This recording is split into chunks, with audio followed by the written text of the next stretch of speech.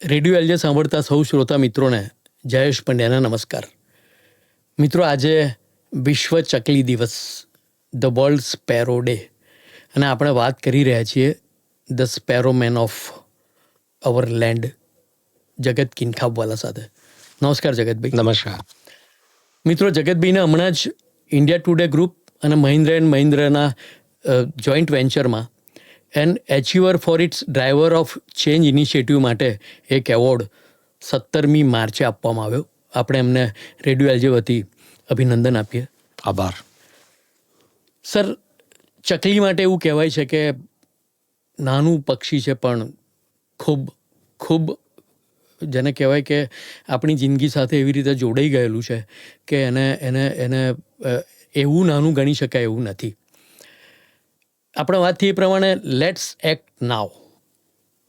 અને ચકલી માટે શું આપણે કરી શકીએ એની વાત કરીએ તો તમે એની શરૂઆત કેવી રીતે કરો? એટલે આ પ્રશ્ન કેમ ઉદ્ભવ્યો કે ચકલીઓ નામશેષ થઈ રહી છે, તો લગભગ 2008ની સાલથી આ પ્રશ્ન ઊભો થયો કે આખી દુનિયામાં ચકલીઓની વસ્તી ઘટી રહી છે અને ફક્ત 10% ચકલીઓ બચેલી છે.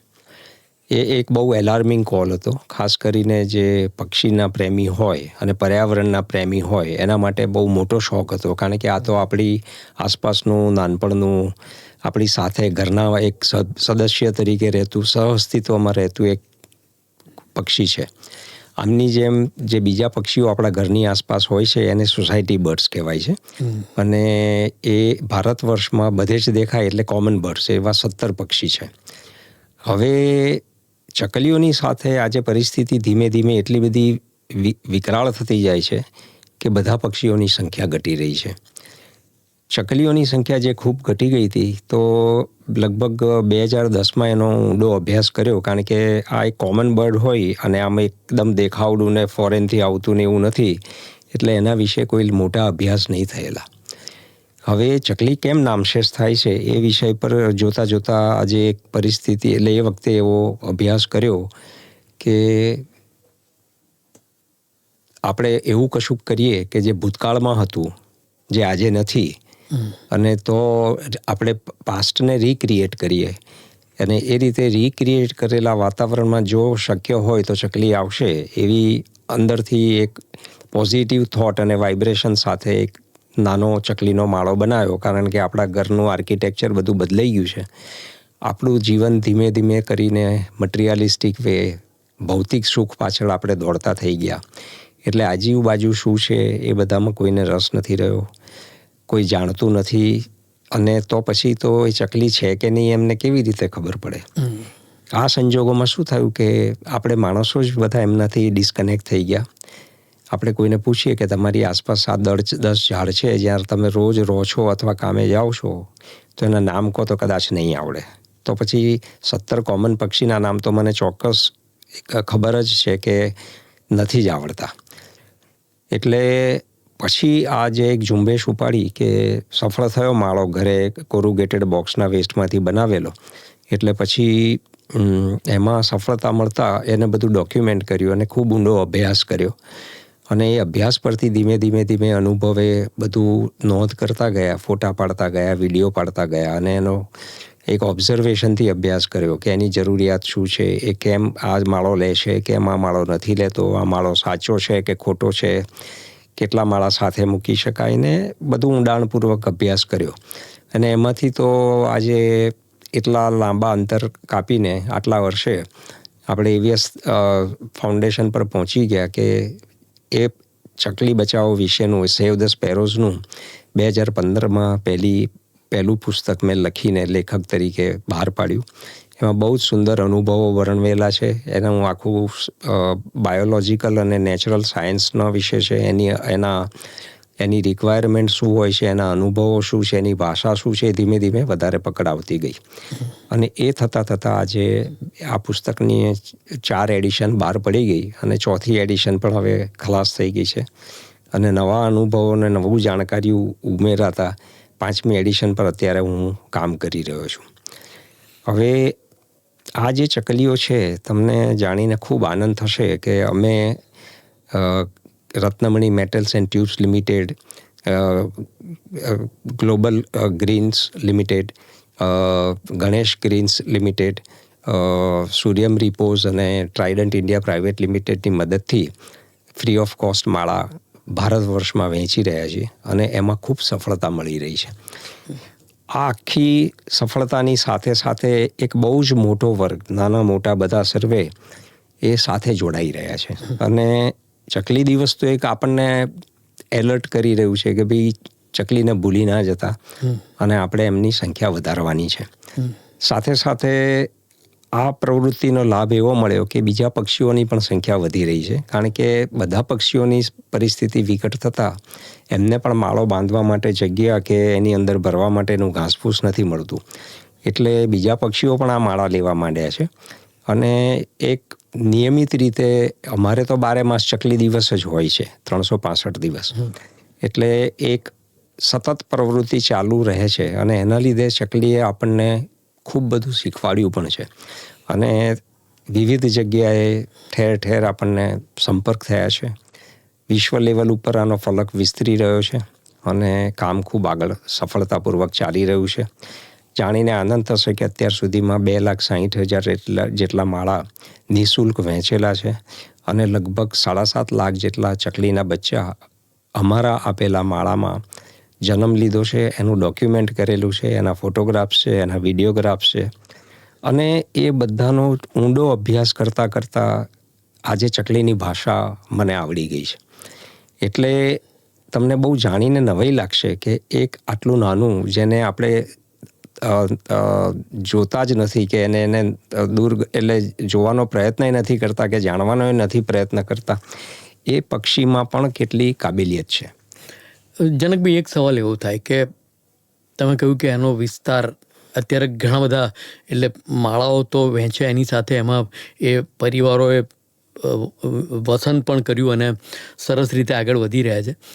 બાળકો આ જે નવી પ્રવૃત્તિ છે, એટલે આ જે ચકલીવાળી જે આખી પ્રોસેસ છે, એમાં કેવી રીતે જોડાય છે? તમારા એવા બાળકો સાથેના અનુભવો પણ ઘણા બધા છે, કારણ કે મને લાગે છે કે નેક્સ્ટ જનરેશન જે છે એ પણ આની સાથે ખૂબ સરસ રીતે જોડાવવું જોઈએ. મોટેરાઓ જે છે એ લોકો તો પોતાની ભાગદોડની જિંદગીમાં બહુ જ બિઝી રહે છે.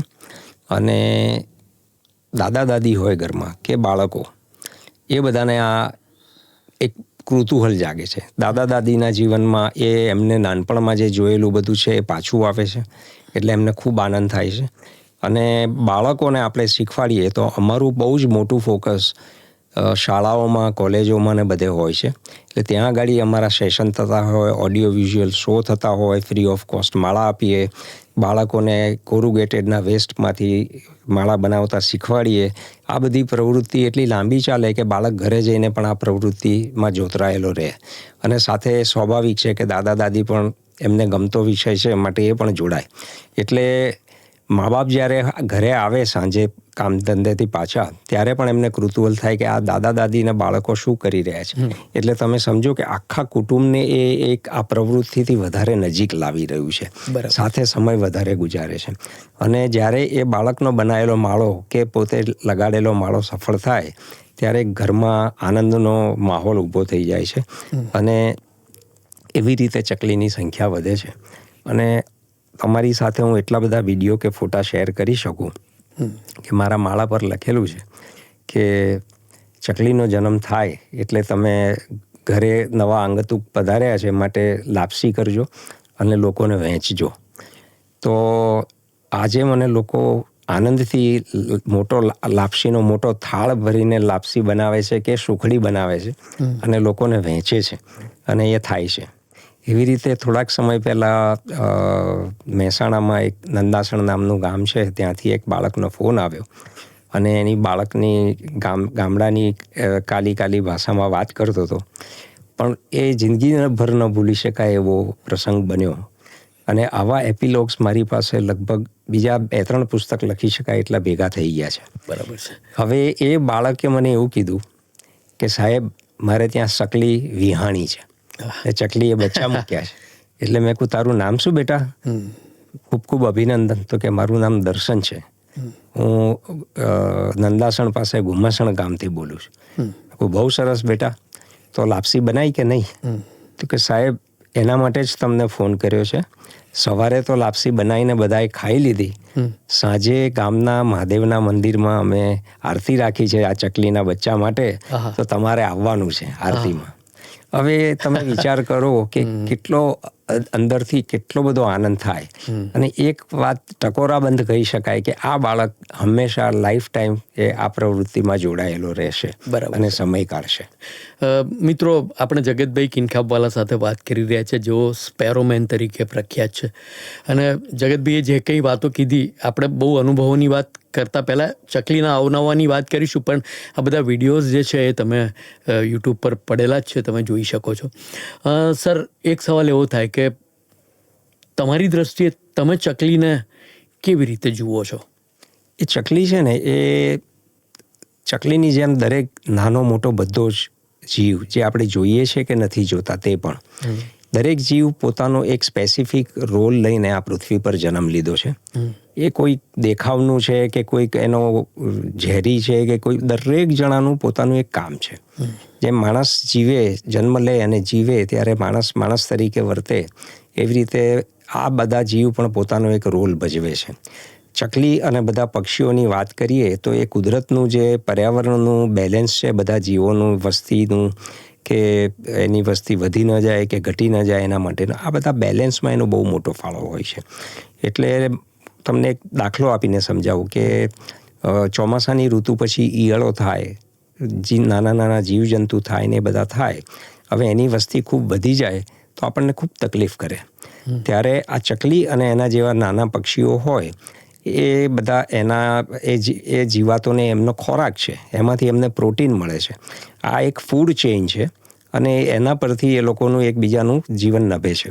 એટલે એક બાજુ ઈયળ છે, એની વસ્તી વધી ન જાય, તમારે કોઈ પેસ્ટિસાઇડ બગીચામાં કે ખેતરમાં કે ક્યાંય દવાઓ કેમિકલ ઝેરી વાપરવી ન પડે, તમને કેન્સરથી ને બધા રોગોથી દૂર રહો, અને એ એનું કામ કરે, તમને કોઈ નુકસાન નથી કરતું. નુકસાન નથી કરતું એ સમજવું હોય તો એક નાનો દાખલો આપું કે ડુંડા પર થોડાક જે જીવાત લાગે, નાની ઝીણી, જે દેખાય પણ નહીં પાકમાં, ખેતરમાં, તો એની ઉપર જે જીવાત થઈ એ ચકલી જેવા પક્ષી ખાઈ જાય. એટલે એની સાથે જે દાણા સડી ગયા છે એને પણ ખાઈ જાય. એનો અર્થ એવો થયો કે એ રોગને પ્રસરતો અટકાવે છે અને સડો અટકાવે છે, અને બાકીના દાણા આખા ડુંડા પરના બધા બચી જાય છે. એટલે આનું વૈજ્ઞાનિક તારણ એક એવું નીકળ્યું છે કે જો તમારે ત્યાં આ ખેડૂતના મિત્ર તરીકે પક્ષીઓ હોય કે તમારા બગીચામાં હોય તો તમારે 20-25% ઉત્પાદન વધે છે. આટલું મોટું એનું કોન્ટ્રીબ્યુશન છે. એટલે હકીકતમાં શું છે કે આપણે આ બધાથી અજાણ છીએ, આનો કોઈ અભ્યાસ નથી. પહેલાંના સમયની જેમ સંગીત, લોક સાહિત્ય, ભણતર, લેખક એટલે પાઠમાં, લેસનમાં, સ્કૂલમાં, એ બધામાં પહેલાં હતું. ધીમે ધીમે આજના સમયમાં આ બધું નીકળી ગયું છે. અને એ બધું આપણે આવી રીતે વાતો કરીને, સેશન કરીને, પ્રચાર પ્રસાર કરીશું તો જ એ પાછું આવશે, બાકી એનું શક્યતા નથી. જગતભાઈ, ખૂબ સરસ વાત. તમે અવનવી જે કહેવાય ચકલી વિશેની વાત, તો આપણે થોડીક અવનવી જે વાતો છે એને પણ શેર કરીએ. આજે ચકલી દિવસ છે, એનો મહિમા વિશેષ છે, તો તમે આ જે નાના નાના ઓબ્ઝર્વેશન્સ છે તમારા, એની પણ વાત કરીએ. બહુ અદ્ભુત અનુભવો થયેલા છે જે મારા પુસ્તકમાં મેં પણ વણી લીધેલા છે. દાખલા તરીકે ચકલી છે તો એક જગ્યાએ અમે લગભગ 12 માળા લગાવ્યા હતા, અને હતું કે આ અહીંયા પૂરતી સંખ્યામાં ચકલી છે એટલે બધા ભરાઈ જવા જોઈએ. હવે જોયું તો એમાંથી 6-7 ભરાયા હતા રેન્ડમલી, અને બાકીના ખાલી હતા. તો એક ભરાયો, 2 ના ભરાયા, ચોથો ભરાયો ને 5મો ભરાયો, પાછા 1-2 ના ભરાયા. તે કૃતુહલ હતું કે આ શું થઈ રહ્યું છે.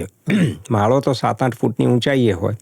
એટલે એક દિવસ જ્યારે ચકલીઓ આસપાસ નથી ત્યારે ઘોડો લઈ અને ઉપર ચડીને જોયું તો એક તાજુબ થયું, એક આશ્ચર્ય થયું કે શું વાત છે.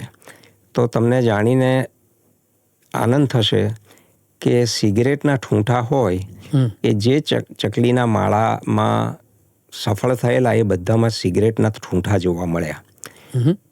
પછી વિચાર્યું અને બાકીના માળા જોયા ત્યારે ખાલી માળામાંથી એવું દેખાયું કે જ્યારે આગલી સિઝનમાં ઈંડા ફૂટ્યા હોય ત્યારે એમાંથી જે પ્રવાહી ઝરે એ પ્રવાહીના લીધે નાના નાના જીવ એ પ્રવાહીને ખાવા માટે અંદર આવી જાય.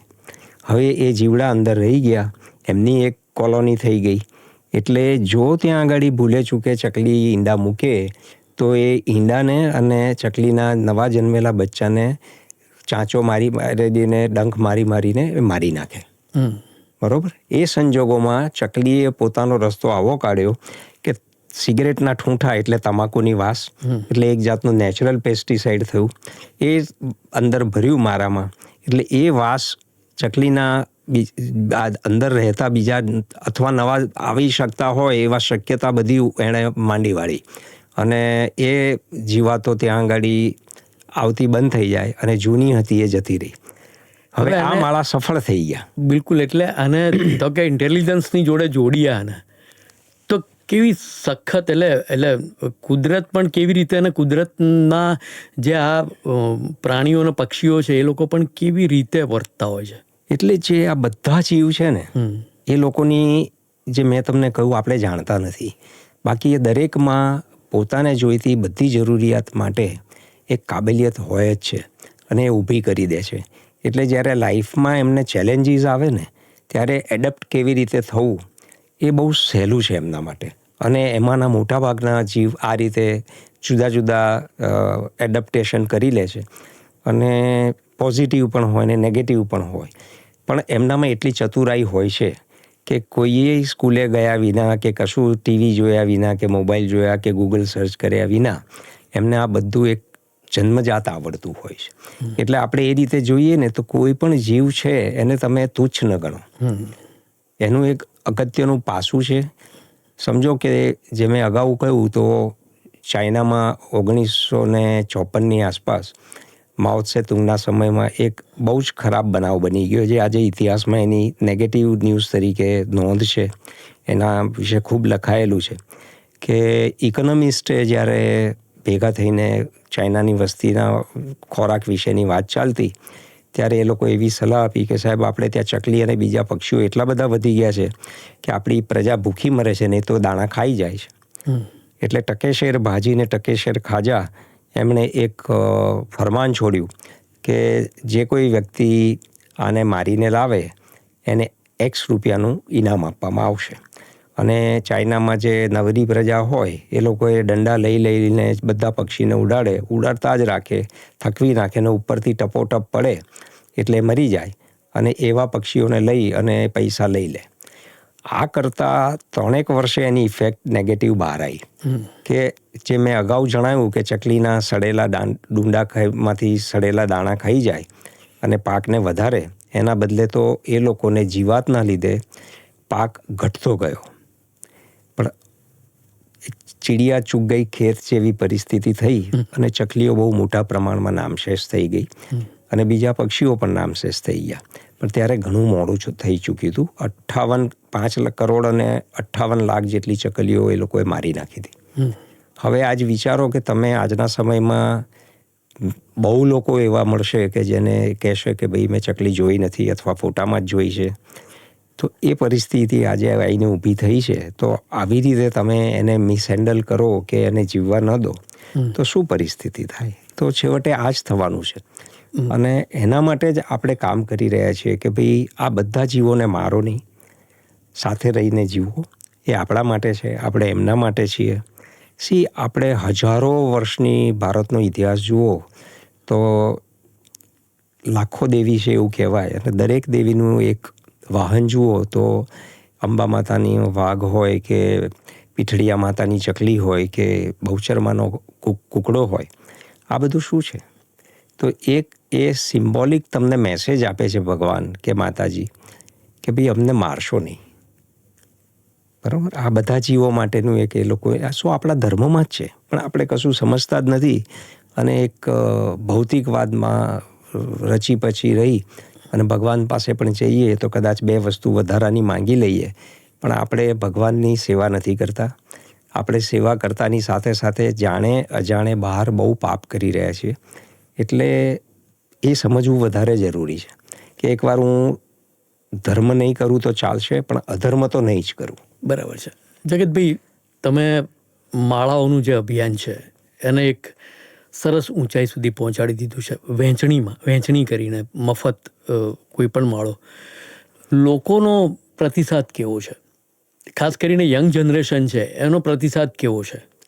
તમે જે હમણાં થોડીક વાર પહેલાં જ્યારે એવોર્ડની વાત કરી ઇન્ડિયા ટુડે મહિન્દ્રઝ એન્ડ મહિન્દ્રઝનું, એવી રીતે અગાઉ 2017માં મારું કામ માનનીય પ્રધાનમંત્રી શ્રી નરેન્દ્રભાઈએ મન કી બાતમાં લીધું હતું. આ બધાનો એટલો બધો પ્રતિસાદ ઊભો થયો કે સર્વત્ર અત્ર તત્ર સર્વત્ર મારી નામના થઈ. લોકો મારો સંપર્ક કરે છે અને બધાને માળા જોઈએ છે. બધાને હું એક વિનંતી જ કરું છું કે માળા મોકલીશ, ફ્રી ઓફ કોસ્ટ મોકલીશ, પણ તમે મને સફળ થાય તો એના ફોટાને વિડીયો મોકલજો, અને એ મારી ખુશી માટે છે. અને જો કોઈ પ્રશ્ન ઊભો થાય તો મોકલજો, તો આપણે સાથે રહીને મારું જે નોલેજ છે એના બેઝિસ પર આપણે સોલ્યુશન લાવીશું. આવા અઢળક લોકો સાથે જોડાયા છે, અને યુવાનો વધારે જોડાય છે, અને મોટેરા પણ હવે તો જોડાતા થઈ ગયા.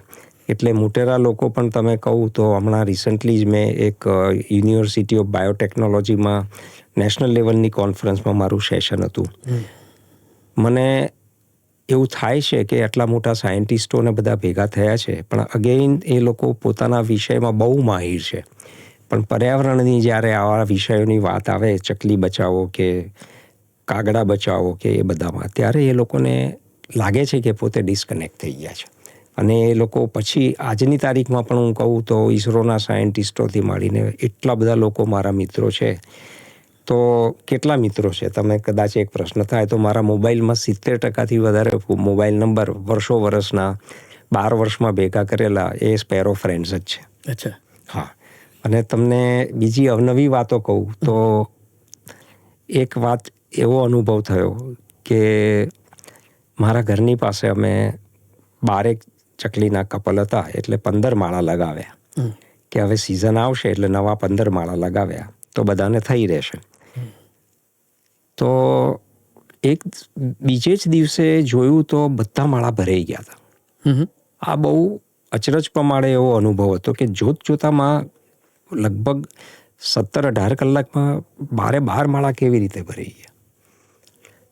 તો ખૂબ આનંદ થયો કે બધા માળા ઓક્યુપાય થઈ ગયા, અને લાગ્યું કે હવે તો કદાચ બીજા માળાની જરૂર પડશે અહીંયા. પણ એમાંથી એવું નીકળ્યું કે સાંજે પાછા આવતા જોયું તો એક માળામાંથી એક એગ્રેસિવલી બહુ જોરદાર ચકો હતો, એ બધું ઘાસપૂસ અંદરથી ખાલી કરી રહ્યો હતો.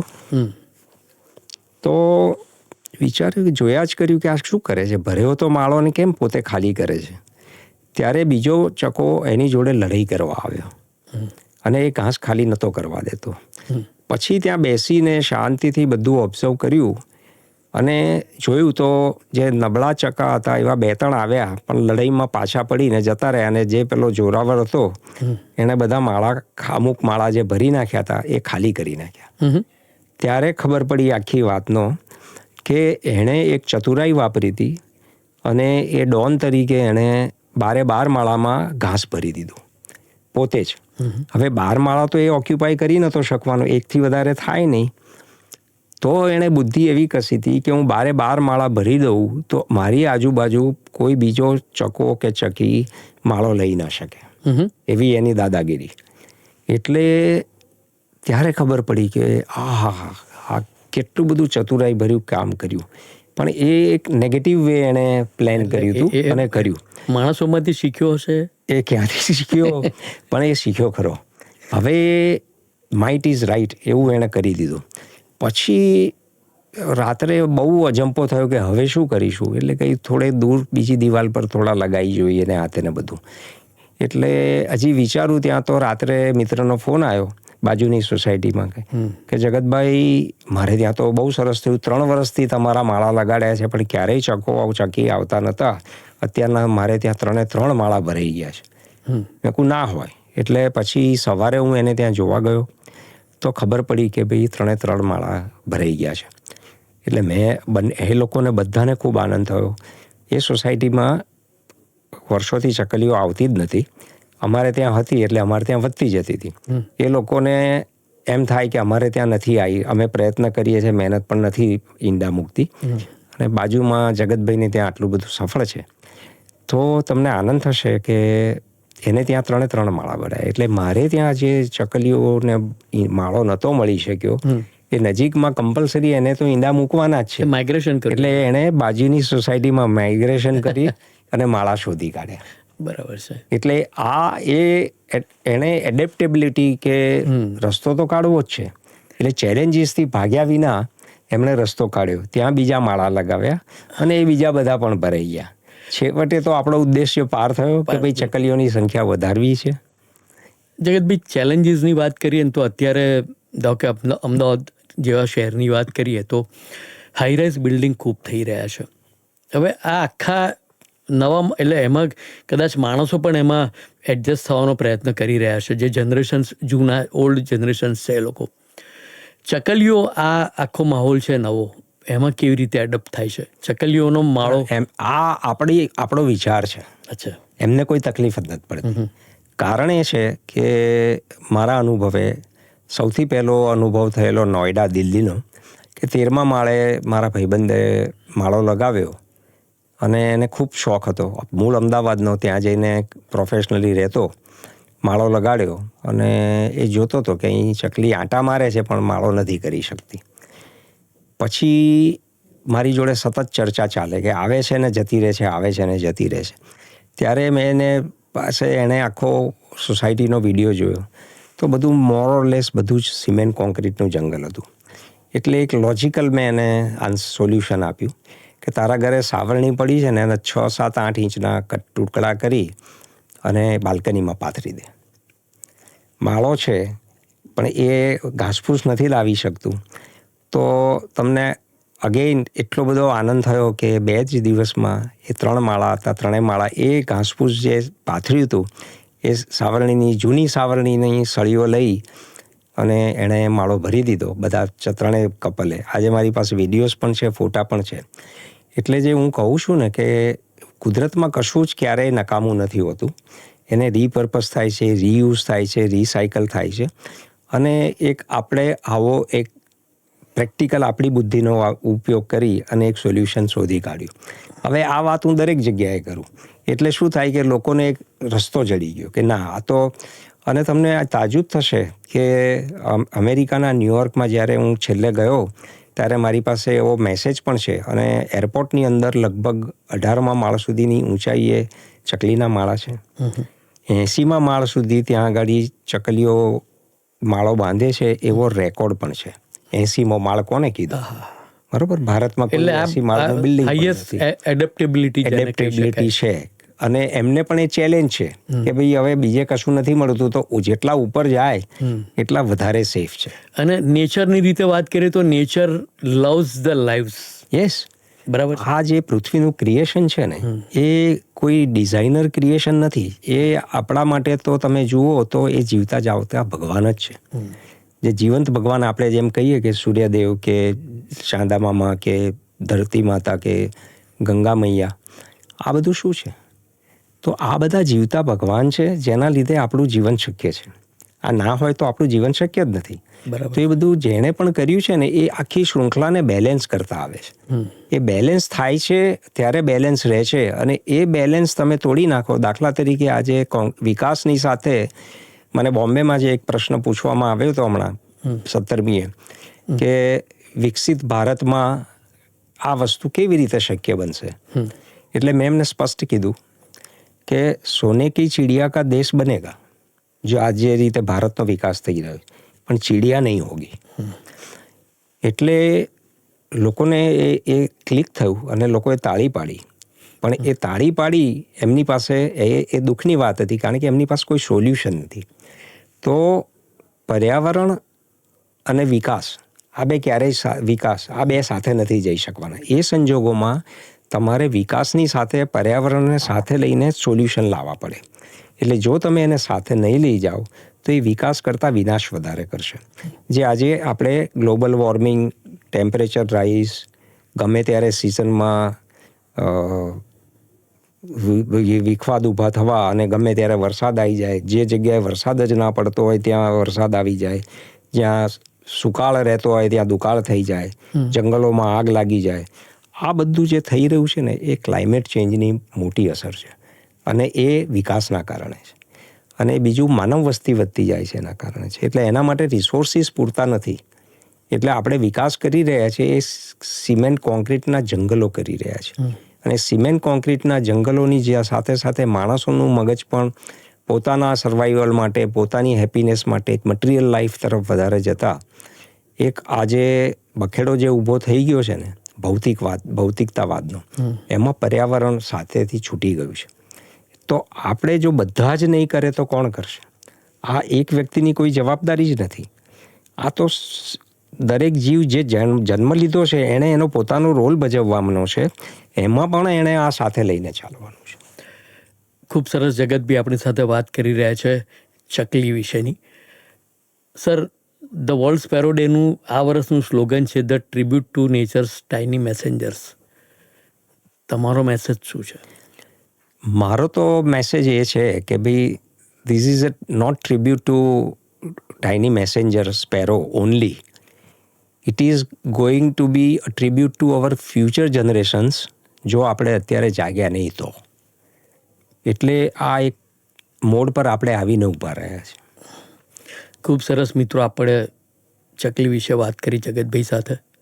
જગતભાઈ, તમે ખરા અર્થમાં ચકલીનું અવનવું એના વિશેની વાત કરી. રેડિયો એલજે વતી હું આપનો આભાર માનું છું. આભાર સર્વેનો. અને આજે પ્રોગ્રામને પૂરો કરતાં એક જ સેકન્ડનો મારો વિડીયો સાંભળજો એટલે આપને એક ખ્યાલ આવશે કે ચકલીની સંખ્યા કેવી રીતે વધી શકે છે અને વધારી શકાય છે. હવે તમે બહુ બધા લોકો એવા હશે કે જેણે ચકલી જોઈ જ નથી અથવા જોઈ હોય તો એકલ દોકલ જોઈ છે. તમે મને કહો કે આ જગ્યાએ કેટલી ચકલીઓ છે? આટલો અવાજ તમે ક્યારેય સાંભળ્યો છે?